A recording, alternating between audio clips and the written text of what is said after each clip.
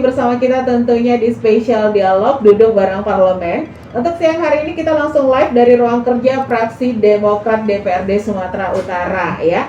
Untuk tema kita hari ini jadi topik obrolan kita ini tentang Peraturan Menteri Kelautan dan Perikanan Nomor 16 Tahun 2022. Nah, nanti kita akan membicarakan dengan narasumber yang sudah hadir bersama kita untuk siang hari ini. Kita langsung aja ke Ibu Haja Meliza Latif SEMN. Selamat siang Ibu. Selamat siang Mbak Ibu Desi. sebagai anggota fraksi dari Partai Demokrat DPRD Sumatera Utara ya. Gimana kabarnya? Kayaknya fresh hari ini. Alhamdulillah sehat. Seger gitu lihatnya ya. Merah-merah gimana gitu. Lagi sehat ini Mbak. Kita berharap semuanya sehat ya Ibu ya. Oke. Tapi untuk mendengarkan apa saya mau kasih tahu dulu ini, pemerintah melalui Menteri Kelautan dan Perikanan ini telah mengeluarkan Peraturan Menteri Nomor 16 Tahun 2022 yang merupakan perubahan pengganti dari Peraturan Menteri Nomor 17 Tahun 2021, yaitu berisikan tentang pengelolaan lobster, kepiting rajungan, yang tentunya permen ini berlaku untuk seluruh wilayah negara Republik Indonesia termasuk di Sumatera Utara. Dalam rangka mengoptimalkan Peraturan Menteri ini, Peraturan Menteri Nomor 16 Tahun 2022 ini terdapat ada 18 pasal. Itu yang mengalami perubahan ya, maka harus dilakukan sosialisasi ke nelayan dan bagaimana nih pemerintah daerah melalui dinas terkait untuk melaksanakan tugasnya di lapangan nanti. Tapi kita mau bahas ini sama Ibu, enaknya manggil Ibu siapa? Meli. Ibu Meli. Ya. Oke deh. Kita akan bahas sama Ibu Meli, tapi sebelum berbicara tentang topik yang soal peraturan menteri ini ya, Ibu Meli ya. Saya pengen tanya dulu nih ke Ibu Meli. Sekilas mungkin pendapat Ibu tentang pandangan nih tentang DPRD Sumatera Utara ini sebagai rumah besar rakyat Sumut dalam menyampaikan dan menampung aspirasi rakyat khususnya Sumatera Utara. Ya, baik Mbak Desi dan mendengar kami yang kami sayangi bahwa hari ini saya live di kantor fraksi Partai Demokrat DPRD Provinsi Sumatera Utara. Jadi memang tugas utama kami sebagai anggota DPR ini adalah penerima aspirasi dari masyarakat. Apa saja aspirasinya? Tentunya aspirasi yang kami tampung itu adalah aspirasi baik itu aspirasi pribadi yang bisa disampaikan kepada pemerintah ataupun aspirasi dari kelompok. Aspirasi ini biasanya kami terima ada melalui beberapa hal. Pertama adalah penyampaian langsung dari masyarakat ke gedung dewan. Yang kedua itu melalui kunjungan kami pada saat kami bertugas, yaitu yang dikatakan dengan reses. Reses ini memang merupakan pintu utama untuk penyampaian aspirasi dari semua hal-hal yang terjadi di masyarakat. Karena kita ketahui sana sini semua program pemerintah itu ada saja yang menjadi hambatan dan tidak optimal. Jadi masyarakat selalu menyampaikan aspirasi. Yang ketiga, pada saat kami kunjungan kerja, baik itu kunjungan kerja kelompok maupun kunjungan kerja pribadi. Jadi Mbak Desi sebetulnya anggota DPR ini tugas utama itu di lapangan.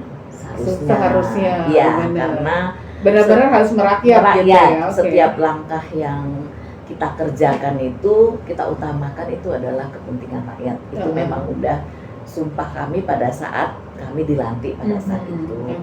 Tapi di dalam penerapannya ya wallahu alam kita banyak tidak memahami ya, terutama kami sebagai legislator wanita ini di DPR Sumber itu cuma 13%. Mbak Desi. Dari 100 itu cuma 13 orang yang dipercaya. Sedikit sekali masih ya, Ibu ya. Seharusnya 30% minimal.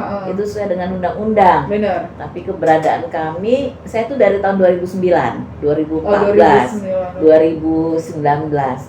Itu 2009 itu malah justru hanya 11%. Makin menurun ya? Ya, 2009 Mbak. 2014 itu ada 16%. Sekarang 2019-2024 itu malah menjadi tinggal 13%. Ada kendala menurut Ibu kenapa ini perempuan nggak bisa maju nih sebagai anggota dewan nih? Sebetulnya begini Mbak, masalah politik ini kan memang awal-awal mulanya itu bagi wanita itu tabu. Dan istilahnya politik itu kejam sih Bu. Enggak, bener nggak sih? Sebetulnya tidak ya Mbak Sebenarnya ya. enggak ya? Itu bagaimana kita berada di dalam. Oke. Kalau bagi saya politik seni saja. Oke. Mana yang baik kita ikuti, mana yang tidak ya kita tidak ikuti. Karena sekarang politik itu mempunyai undang-undang Mbak. Namanya undang-undang partai politik. Yes. Jadi itu semua diatur, rekrutmennya diatur ya, jumlah pesertanya juga diatur, pendidikan politiknya juga ada. Harus ada ya? Ada. Jadi kami menghimbau juga pada kesempatan ini bagi kaum ibu, kaum wanita itu ya harus berpolitik. Karena Indonesia ini harus kenal melek politik. Kalau warganya tidak melek politik, itu tidak bisa mengikuti perkembangan negaranya, Mbak. Iya sih, benar. Ya, belum lagi seperti Ibu bilang di awal tadi kan pemerintah menerapkan peraturan ini kan pro dan kontra nih pastinya. Yang menentukan itu kan DPR juga. Benar. Kan begitu, Mbak. Gimana kalau kita nggak melek politik, gampang terhasut nih ceritanya. Betul. Kena provokator. Salurannya itu harus melalui politik. Ya, itu saya himbau kepada masyarakat, terutama kaum ibu ya, jangan tabu melihat politik, jangan mempersepsikan bahwa kita yang duduk di politik ini adalah orang-orang yang artinya kejam, itu tidak. Oh tidak ya. Kami adalah penyampai aspirasi masyarakat kepada pemerintah. Ya. Seperti Bang Mary bilang tadi, politik itu seni. Oke.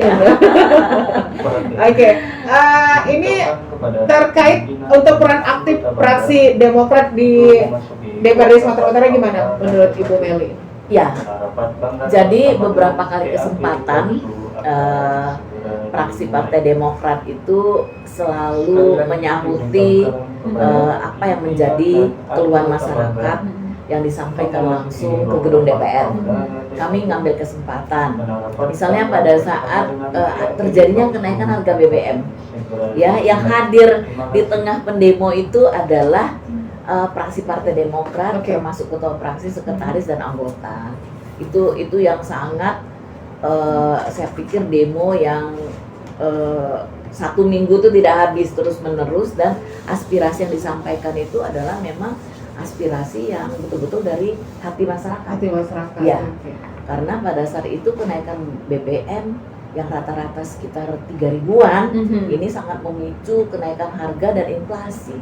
Benar-benar. Artinya cost push inflation. Iya, jadi cost push inflation itu hargalah yang menciptakan tingginya suatu inflasi. Kalau satu daerah terjadi inflasi atau suatu negara terjadi inflasi, ini akan dampaknya kepada negatif ekonomi, Pak.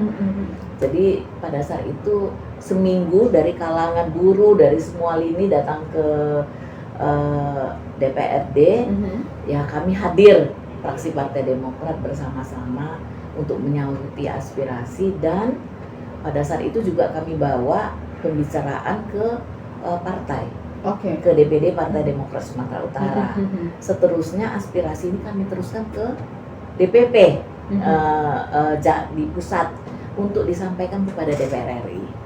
Tapi yang namanya kami partai di luar pemerintah, Mbak Desi, tidak partai berkoalisi, biasanya itu jarang diterima, ya. Jarang didengar. Karena kami partai oposisi, istilahnya di luar pemerintahan. Tapi kami puas karena aspirasi masyarakat kami bisa sampaikan pada DPR RI, fraksi Partai Demokrat untuk diteruskan kepada Menteri. Tinggal Menteri mempertimbangkan, ya ternyata sampai sekarang tanpa ada pertimbangan, Mbak. Artinya keputusan 3 September 2022 itu adalah menjadi keputusan yang baku. Dan sekarang kita merasakannya, kondisi harga-harga semakin menaik dan tidak dapat terkendali. Ikut terimbas karena kenaikan BBM tadi? Ya, terimbas semua lini, Mbak. Semua sendi-sendi politik, sendi-sendi ekonomi terimbas. Tidak. Apalagi Ibu Meli sebagai seorang ibu merasa banget nih ya. Ya, Mbak. Dulu 100.000 kita dapat ikan, dapat sayur 4 sehat 5 sempurna dapat. Sekarang 100.000 cuma dapat minyak 2 liter. Ntar kita curhat sama ibu rumah tangga nih. Ya, Mbak Desi. Tapi untuk hal-hal kekinian nih, Bu, yang bersentuhan dengan kepentingan rakyat Sumatera Utara, apa yang sudah dilakukan Partai Demokrat untuk terjun langsung ke masyarakat dalam hal ya masalah-masalah sekarang yang lagi hits ini lah, Ibu? Ya. Jadi kan kalau dampak BBM itu termasuk salah satu yang hit, ya, banyak masyarakat yang mengalami susah, Pak. Jangankan untuk hidup sempurna, mendapatkan beras satu hari untuk kecukupan makan aja tidak. Kami pada saat itu sesuai instruksi dari DPP kita harus mengadakan bakti sosial.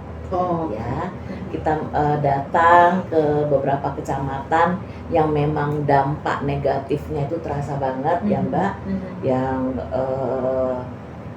kita kasihkan apa yang dibutuhkan.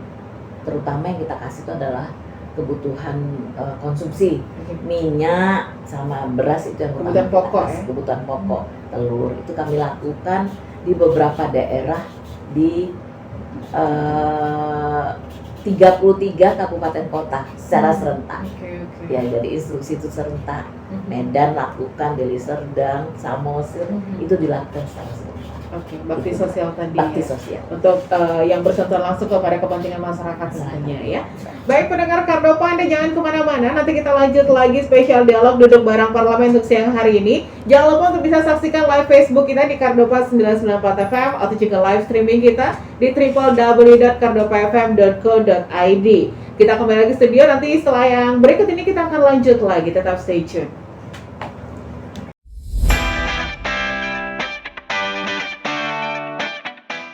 Baik pendengar Kardopa, kita lanjut lagi spesial dialog duduk bareng parlemen untuk siang hari ini langsung live di Facebook kita Kardopa 994 FM atau juga live streaming kita di www.kardopafm.co.id. Kita masih langsung dari ruang kerja fraksi Demokrat masih sama Ibu Meli. Saya semangat ngomong sama Ibu ini. Jadi ya, agak Mbak. Sedikit ya. Tapi saya pengen tahu juga ini Ibu sebenarnya dapil mana ini Bu? Daerah pemilihan mana? Ya baik Mbak Desi. Selamat siang juga kepada para pendengar Kardova yang live di Facebook ya Mbak ya, ataupun di radio. Saya ini anggota DPR-nya diusung oleh masyarakat Kota Medan. Yaitu daerah pemilihan saya Medan A, Sumut 1. Terdiri dari 11 kecamatan, dari mulai kecamatan Medan Amplas, Medan Kota, Medan Area, Medan Deney, Medan Perjuangan, Medan Timur, Medan Tembung, dan 4 di Medan Utara yaitu Medan Belawan, Medan Marelan, Medan Deli, Medan Labuhan, dan Medan ini satu lagi Deli, Labuhan, Marelan. Ini saking banyaknya Ibu bingung nih. Belawan. Jadi Belawan masuk ke topik bahasan kita kan nelayan di situ. Iya, makanya Mbak kalau di Belawan itu ya, karena saya udah 3 periode ini memang dapil yang sama. Ya insya Allah memang beberapa keluhan dari nelayan itu disampaikan kepada kami. Ibu ini kan sebagai Ibu Dewan, kalau Ibu bilang tadi kan sedikit sekali. Iya. Ada maksudnya kadang suara perempuan ini kan suka nggak didengar. Atau gimana menurut pendapat Ibu? Mungkin perempuan takut maju seperti itu, kayak mungkin ada stigma di masyarakat tentang perempuan itu sendiri. Sebelum kita masuk ke topik kita, satu ini pertanyaan saya pengen tahu jawaban Ibu. Jadi begini Mbak, kalau perempuan itu bukan nggak didengar. Sebetulnya kalau kita bersama itu lebih kuat dari laki-laki. Iya, cuman sekarang tinggal kebersamaan itu yang kurang menjadi mindset kita ya. Dan mana lagi memang dianggap perempuan menjadi anggota DPR itu adalah kelompok minoritas yang memang dalam kenyataannya 13% dibanding 100% itu bedanya ada 77% kan gitu Mbak. Dalam kesempatan-kesempatan yang diberikan kepada kami sebagai anggota DPR yang tugasnya adalah kolektif, kolegial, itu memang saat ini hanya 1 atau 2 orang saja yang menjabat di DPR ini menjadi ketua alat kelengkapan. Ya, alat kelengkapan itu ada komisi, ya, ada pansus, ada memang pokja-pokja tertentu. Itu memang 1 atau 2 orang. Dalam kesempatan ini memang itu tidak optimal. Kenapa enggak kami dikasih 50% gitu ya Mbak ya. Dari alat kelengkapan komisi itu ada 5, ya kita dikasih 2 atau dikasih 3. Dalam pansus-pansus ada sekarang yang running itu pansusnya ada 6, kita dikasih 3. Seharusnya kan seperti itu. Tapi dalam kenyataan tidak, kita hanya dikasih kesempatan 1 atau 2. Tapi walaupun begitu Mbak ya, kami itu bisa mengcover semua yang terjadi di masyarakat. Walaupun kami hanya 13, semua masalah-masalah yang dihadapi oleh masyarakat, kalau pada saat menyampaikan aspirasi, hanya perempuan yang ada di DPR ini pun mampu kok Mbak. Jadi secara kualitas secara kualitas tidak kalah dengan laki-laki. Cuman secara jumlah kita kalah. Jumlah kalah. Ya, tapi kualitas tidak kalah. Ya. Jangan sepele sama wanita. Betul, Mbak. Iya. Kali maju kalah sebagai. Oke, sekarang kita masuk ke topik bahasan kita nih tentang peraturan Menteri Kelautan ya dan Perikanan nomor 16 tahun 2022. Kalau menurut Ibu Meli nih, sejauh mana keberadaan dan implementasinya di Sumatera Utara tentang peraturan Menteri yang baru ini? Ya. Gini, ini menjadi suatu masalah besar di kalangan, khususnya di kalangan petani kepiting, yang dimana kita ketahui kepiting di Sumatera Utara kepiting bakau, beda dengan kepiting di daerah lain. Itu satu yang menjadi masalah. Yang kedua, memang peraturan menteri ini datangnya tiba-tiba. Suka ya tiba-tiba tanpa ada sosialisasi atau pemberitahuan awal kepada para petani kepiting. Seharusnya tidak begitu Mbak ya. Jadi sebelum, biasanya kalau kami di Sumatera Utara ini sebelum perda terbit itu biasa sosialisasi dulu. Iya seharusnya. Iya, makanya ada istilahnya sosialisasi perda. Jadi kami datang ke masyarakat, nyampaikan ini perda, misalnya perda narkoba, poin 1, 2, 3, udah cocok atau belum, atau perlu ditambahkan atau perlu dikurangin. Ini kan tidak. Permen 16 tahun 2022 Kementerian Kelautan itu sama sekali mengejutkan bagi nelayan dan tidak berpihak sama sekali terhadap petani nelayan di Sumatera Utara. Karena permen ini kalau kita baca satu persatu itu diakomodir dari petani kepiting yang ada di Papua. Setiap daerah ini kan beda-beda. Kondisi alamnya beda-beda. Kan ada istilah lain lubuk lain ikan. Yes, benar. Benar nggak Pak? Benar. Benar nggak Mbak ya? Lain lubuk lain ikannya. Jadi tidak sama produk kepiting di Papua itu sama dengan di Sumatera Utara. Kita tahu di Sumatera Utara ini ada beberapa kabupaten kota yang pencarian utamanya itu adalah dari melaut, baik ikan, kepiting maupun segala binatang jenis-jenis laut itu terutama. Jadi dengan adanya permen ini sangat-sangat merugikan. Larangan dari permen ini pertama adalah tidak boleh menangkap kepiting betina. Jadi larangan di Permen nomor 16 tahun 2022. Berarti ini sama sekali tidak berpihak ke nelayan? Tidak. Jadi pertama itu dilarang untuk menangkap kepiting betina. Yang kedua dilarang untuk menangkap kepiting yang bertelur. Ini udah otomatis yang betina gitu ya Mbak ya. Yang ketiga, dilarang ekspor kepiting yang ukurannya di bawah 12 cm. Jadi gini Mbak, kita pelajari kondisi nelayan kepiting kita. Seperti saya katakan tadi, kepiting kita itu adalah kepiting bakau. Tidak pernah ukuran kepiting kita, nelayan kepiting kita di Sumatera Utara ini berukuran lebih dari 12 cm. Besar-besar sih. Ya, 12 cm itu kan besar itu Mbak. Ya, karena mereka mengacunya ke Papua. Memang di Papua itu kepitingnya lebih dari 12 cm. Jadi hanya bisa diekspor itu yang ukuran lebih 12 cm dan yang tidak bertelur. Sementara kepiting ini menurut nelayan, kalau mau bertelur itu, kalau alasannya mati budidaya, kalau kepiting itu kalau mau bertelur tidak bisa ditambak, tetap dia dilepaskan ke laut. Jadi alasan yang kurang pas itu yang menjadi alasan utama peraturan Menteri Perikanan Kelautan ini untuk melarang ekspor. Katanya supaya budidaya kepiting ini terus menerus. Kalau dikatakan budidayanya itu bisa punah, kepiting ini kalau bertelur itu jutaan, ya itu jutaan, tidak ratusan ribu atau tidak hanya 100, 200, itu jutaan. Jadi budidaya kepiting itu tidak akan habis-habis bila dilakukan ekspor dari Sumatera Utara yang notabene-nya adalah kepiting di bawah ukuran 12 cm. Berikutnya dampaknya harus kita kaji. Apa dampak dari peraturan ini? Dampak dari peraturan larangan ekspor, kepiting supply-nya tinggi.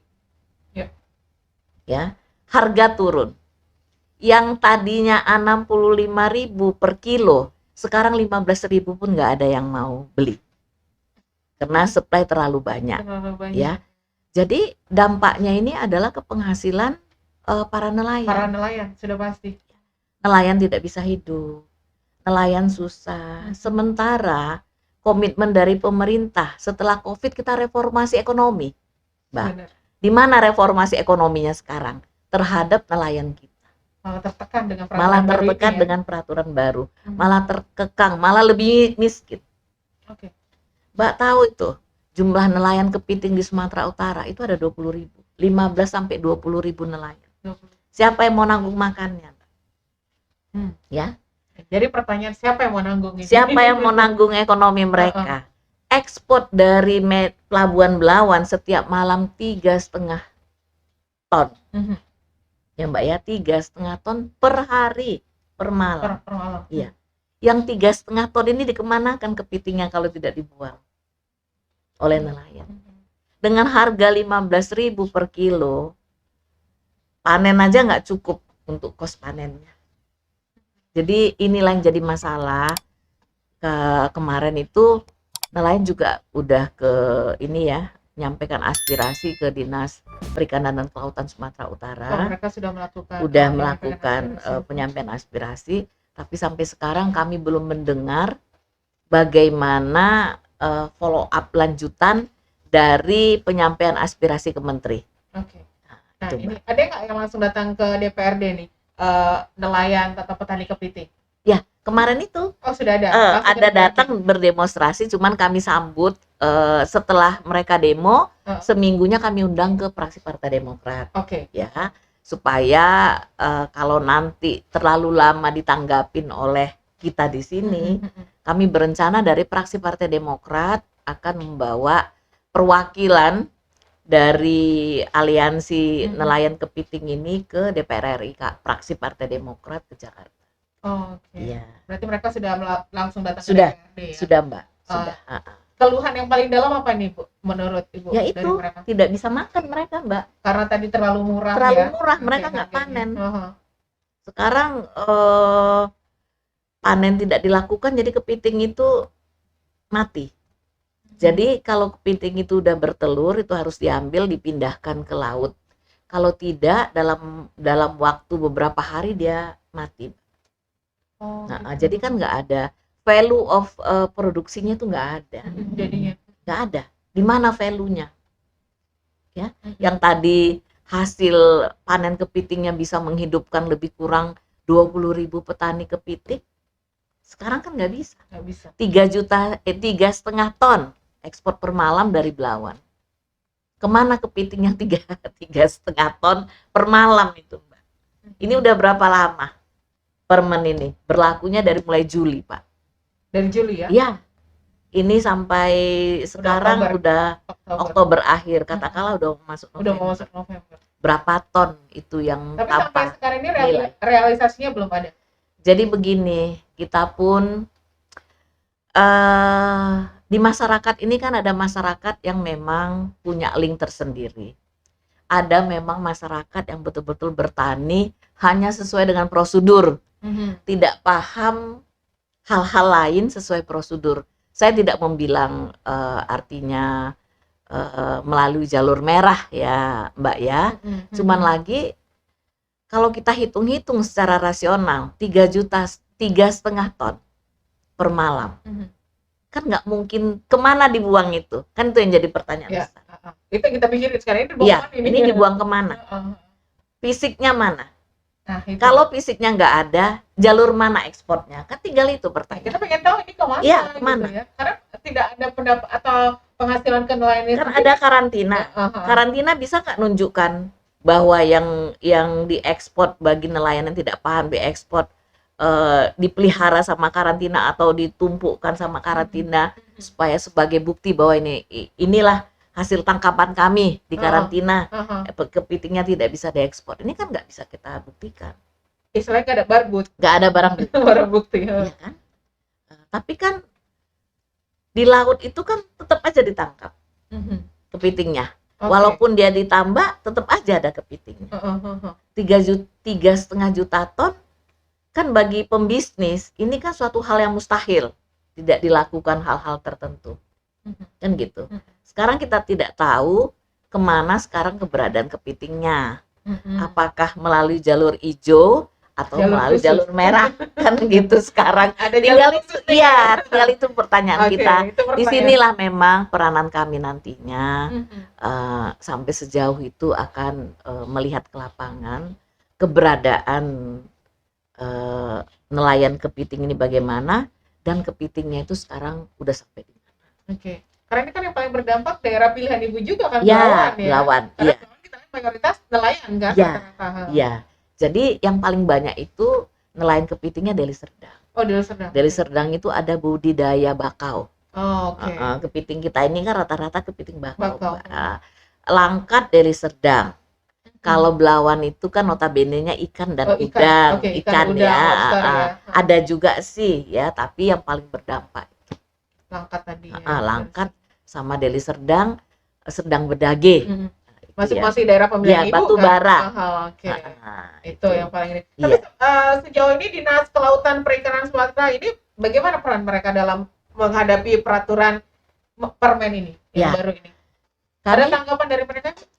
Dari hasil pertemuan kami dengan para nelayan di fraksi Partai Demokrat, rekomendasi kami pertama adalah Komisi B harus segera memanggil.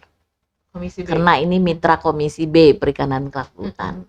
Segera memanggil Dinas Perikanan dan Kelautan. Yang kedua, rekomendasi kami pimpinan DPR itu harus segera memfollow up kondisi yang seperti ini. Supaya masyarakat juga tidak kecewa dengan kita sebagai perwakilannya, dan permen ini bisa diambil suatu beberapa poin dihapus atau ditambah. Yang ketiga, kami minta nanti melalui perda aspirasi dari DPR ini akan menjadi suatu perda. Perda itu kan harus sesuai dengan kondisi daerah, namanya peraturan daerah. Iya. Harus sesuai dengan daerah dong. Iya. Memang acuannya itu adalah undang-undang atau peraturan menteri, tapi untuk di daerah kita harus sesuaikan dengan peraturan daerah. Insya Allah sesegera mungkin ini akan kami lakukan. Ini kayak seperti duduk bareng nih, kita undang nelayan juga. Ya. Win-win solution lah. Dicari bagaimana supaya adanya Dengarkan Bapak, kita maaf, memang ada banyak kegiatan di sini ya, ada mau rapat juga. Ibu mau ikut serta? Enggak ya? Oke. Maaf Bu, kalau nggak ikut udah kita di sini aja. Saya lebih enak di sini. Ya. Tapi Ibu bilang tadi ini akan segera dibicarakan Komisi B terutama, dan juga pimpinan sebagai ketua DPRD juga, ini harus aktif nih. Tapi menurut Ibu bisa nggak itu terjadi realisasi nanti? Insya Allah Mbak. Kita kan ini berada di dunia politik. Ya, insya Allah kalau takutnya didiem-diemin. Kalau kepentingan masyarakat ini ya semua berkomit. Ya, kita kan wakil dari masyarakat. Politik manapun duduknya itu kan dari masyarakat, dari pilihan masyarakat. Ya, jadi setiap warna nanti harus duduk bersama. Komisi B terutama harus duduk sampai tuntas. Itu harapan kami. Karena nilai-nilai ekonomi kelautan ini sangat luar biasa. Iya, benar. Sangat luar biasa. Sangat luar biasa. Kita pendapat dari sini cukup banyak. Kadang-kadang kita pun lokal ini rela asalkan memang mereka bisa ekspor dengan harga yang tinggi kan gitu. Jadi saya yakin bahwa setelah pertemuan nanti Dinas Perikanan Kelautan dengan Komisi B dan dipimpin oleh Ketua DPR, ini insya Allah bisa kita Insya Allah atasi. bisa terjadi, Iya. bisa teratasi. Iya. Sampai dengan kementerian, Oke. rekomendasi kita ya kalau perlu kepada Bapak Presiden. Ke Presiden langsung Iya, ya. supaya menterinya dipanggil, kalau membuat suatu peraturan daerah jangan semena-mena. Ya, kasih aba-aba dulu. Aba-aba dulu.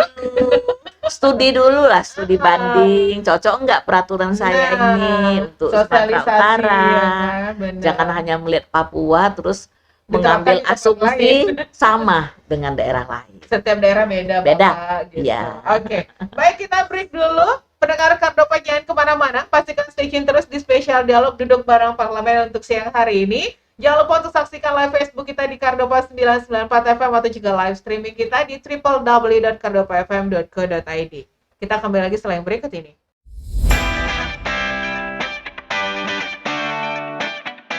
Baik pendengar Kardopa, kita lanjut lagi spesial dialog duduk bareng parlemen langsung live dari ruang kerja fraksi Demokrat. Dan masih live Facebook kita di Kardopa 994 FM atau juga live streaming kita di www.kardopafm.co.id. Masih sama Ibu Meli nih. Seru kayak bahas kita ini ya Bu ya. Iya, Mbak. Masalah kepiting. Yang betina bertelur itu yang enak dimakan. Semua orang setuju menyatakan itu enak. Cuma kita mau makan apa nanti? Makan yang kecil-kecil, Mbak. Kepiting yang gimana harus kita makan? Makan yang kecil supaya banyak. Bener juga nih, cantik main ini. Iya. Oke, Bu, ini terkait hal-hal atau masalah yang mengatur tentang perubahan dari permen sebelumnya ini, yang paling memberatkan di permen ke berapa ini? 16 tahun 2022 ini apa ini? Yang 3 poin tadi. 3 poin tadi. Iya. Oke. Tidak boleh penangkapan yang bertelur, larangan ekspor yang di bawah 12 cm, dan kepiting betinanya juga tidak boleh diekspor. Sementara peraturan yang menteri sebelumnya nggak ada yang bebas, Mbak, semuanya tercover, boleh. Yang penting pada Permen 17 2021 itu udah dirasakan masyarakat, dirasakan nelayan, melindungi dan memberikan efek ekonomi yang luar biasa. Ya, mereka nyaman atas permen itu. Ya. Ini keluar peraturan nomor 16 tahun 2022 sangat berbeda dari sebelumnya. Ya. Dan seperti Ibu bilang tadi, ini sangat merasakan sekali menjadi keluhan para nelayan saat ini ya Bu. Ya, benar. Apa yang dilakukan oleh DPRD Sumatera Utara dalam menghadapi keluhan nelayan ini? Tadi kan Ibu bilang akan dilakukan seperti duduk bareng nih untuk ngebahas ini ya. Iya. Terkait tadi Ibu bilang optimis nih kita bisa selesai nih, bisa terrealisasi gitu ya. Tapi dalam hal ini mungkin kan ada kendala Bu. Mungkin fraksi Ibu setuju, fraksi yang lainnya belum tentu nih, masih ogah-ogahan nih. Iya, inilah keluar seni politik. Ya Mbak, jadi begini, seharusnya kita dalam melaksanakan tugas kolektif kolegial, artinya itu kebersamaan hanya untuk yang diutamakan kepentingan masyarakat. Karena di dalam kita pada saat itu sumpah itu ada kalimat, pada saat nanti saya sudah duduk, saya akan mendahulukan kepentingan masyarakat, rakyat daripada kepentingan pribadi. Kan itu konsep yang kita sebutkan bersama. Jadi dalam hal ini yang disampaikan keluhan ini kan dari masyarakat yang terkait dengan kehidupan jangka panjang mereka, baik pada saat ini maupun ke depan. Dan ini sudah menjadi suatu kondisi yang jelek bagi kehidupan nelayan kepiting. Kami mencoba dengan adanya aspirasi yang disampaikan secara langsung, baik itu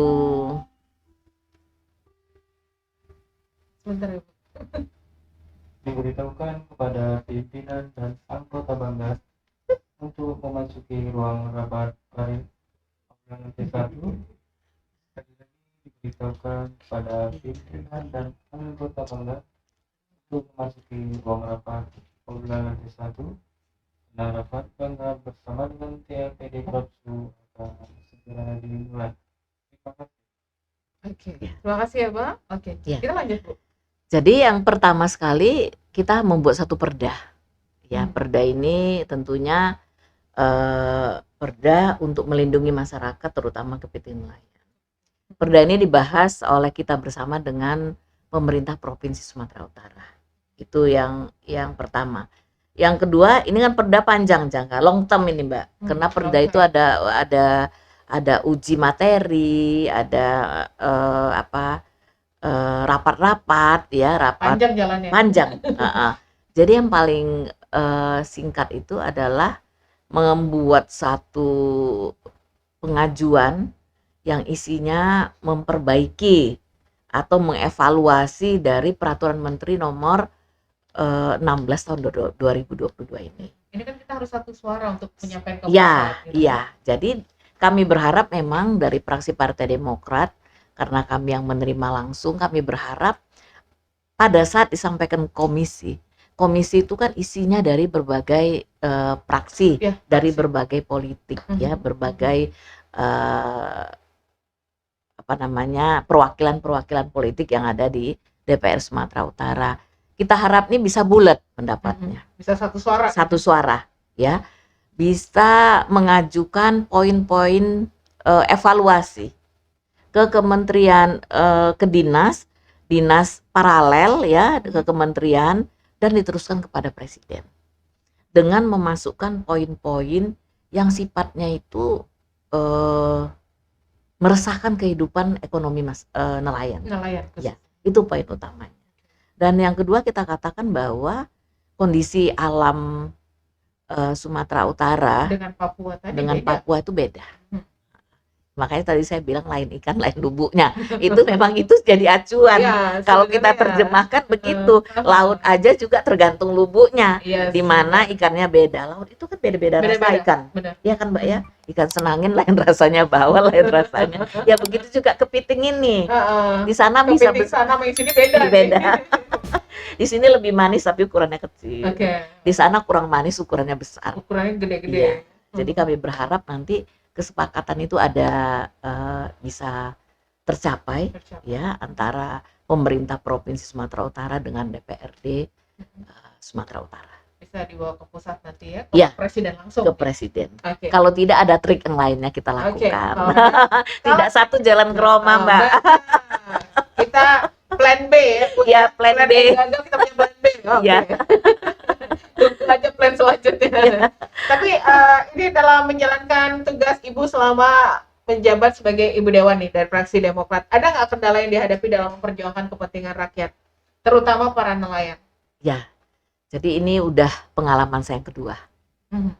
Pengalaman saya yang pertama itu tahun 2012.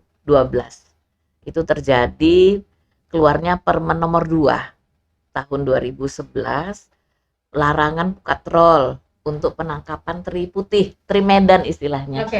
Itu teri Medan hilang dari peredaran. Harganya setumpuk gini bisa 100.000 pada saat itu. Iya, bener kan, sempat hilang. Nah, sementara itu ikonnya Sumatera Utara. Teri Medan. Teri Medan. Kalau turis datang, pengunjung Sumatera Utara datang carinya teri Medan. Dari luar daerah datang ya oleh-oleh teri Medan. Ini juga sempat resah pada saat itu. Yang alhamdulillah ini bisa dievaluasi dan dikembalikan kepada yang sesuai dengan kondisi nelayan kita di Sumatera Utara. Kami berharap juga pada saat ini terjadi kondisi yang sama dengan terbitnya peraturan kementerian yang baru meresahkan nelayan kepiting Sumatera Utara, Aceh juga Mbak kabarnya. Iya, karena kemarin kami komunikasi dengan fraksi Partai Demokrat di Aceh, mereka juga lagi di demo. Nah, kondisi alamnya juga seperti Sumatera Utara. Ya, kami berharap yang diusulkan oleh DPRD Sumatera Utara ini dapat diakomodir, dapat diterima oleh menteri, dan kami berharap diterima juga oleh presiden. Karena apapun yang sudah menjadi lembaran negara yang merupakan peraturan pemerintah, itu kan mengevaluasi, merevisi itu kan sulit juga. Benar. Ya, tapi kalau namanya udah setuju presiden, mana ada yang sulit, Mbak. Kami berharap legowo dari Pak Presiden untuk mempertimbangkan kehidupan nelayan Sumatera Utara. Ibu, ini terkait waktu kita sudah tinggal sedikit lagi. Mungkin ada yang pengen Ibu sampaikan ke pendengar Kardopa kita sore hari ini sebagai penutup. Mungkin tak ada pesan untuk pendengar Kardava atau mungkin para nelayan lah khususnya di topik bahasan kita. Baik para pendengar Kardava khususnya di Sumatera Utara, ya dengan pertemuan sore ini kami menyampaikan akan memperjuangkan aspirasi yang disampaikan oleh nelayan kepiting Sumatera Utara seoptimal mungkin. Dengan fungsi kolektif kolegial, kami berharap evaluasi dari Permen ini bisa diterima oleh kementerian dan disetujui oleh Presiden dengan mengakomodir hal-hal yang menjadi ambatan para nelayan kepiting di Sumatera Utara. Ya. Itu aja Ibu. Ya, itu aja. Baik. Kita berharap juga semuanya tetap semangat, tetap sehat gitu ya Bu ya. Ya. Apapun yang terjadi ya kita hadapi lah Hadapi. Ya. Kita hadapi. Dan jangan segan-segan datang ke rumah besar DPRD Provinsi Sumatera Utara. Apapun, itu himbauan dari kami. Iya, tadi Ibu bilang apapun yang pengen disampaikan mau masalah apa silakan. Masalah pribadi bisa nggak? Boleh. Asal jangan masalah rumah tangga. Oh iya, susah nih ceritanya. Iya. Banyak ibu lagi menjerit masalah gagal ginjal. Ya, sebetulnya gimana ya Mbak, kita sih telat untuk melakukan. Setelah sudah banyak yang meninggal. Banyak terjadi, baru kita sadar bahwa campuran zat kimia tertentu itu sangat berpengaruh terhadap pertumbuhan anak-anak. BP POM punya peran. Ya, benar. Jangan dikasih sebebas-bebasnya. Kalau kita lihat sekarang ini obat dari luar banyak tuh yang tanpa BP POM. Kenapa bisa ada? Ini BPOM sama Dinas Kesehatan sih. Ya, BPOM sama Dinas Kesehatan. Oke. Turunlah ke lapangan. Iya. Menghimbau itu turun ke lapangan sering-sering. Ya. Sebenarnya tugas anggota dewan itu lebih bagus ke lapangan. Iya. Ya, terima kasih untuk kebersamaan di spesial dialog duduk bersama kita sore hari ini. Langsung live dari ruang kerja fraksi Demokrat ADC yang bertugas mengucapkan terima kasih. Ibu Meli juga kita ucapkan terima kasih. Ibu terima kasih Mbak Desi. Ada waktu ngobrol bersama kita untuk terima sore kasih. hari Sehat ini, selalu. Ya. Oke, Ibu juga sehat dan sukses terus ya Bu ya. Terima kita kasih. kembali studio, saya Desi pamit. Selamat sore. Assalamualaikum warahmatullahi wabarakatuh. Silakan rekan Robert.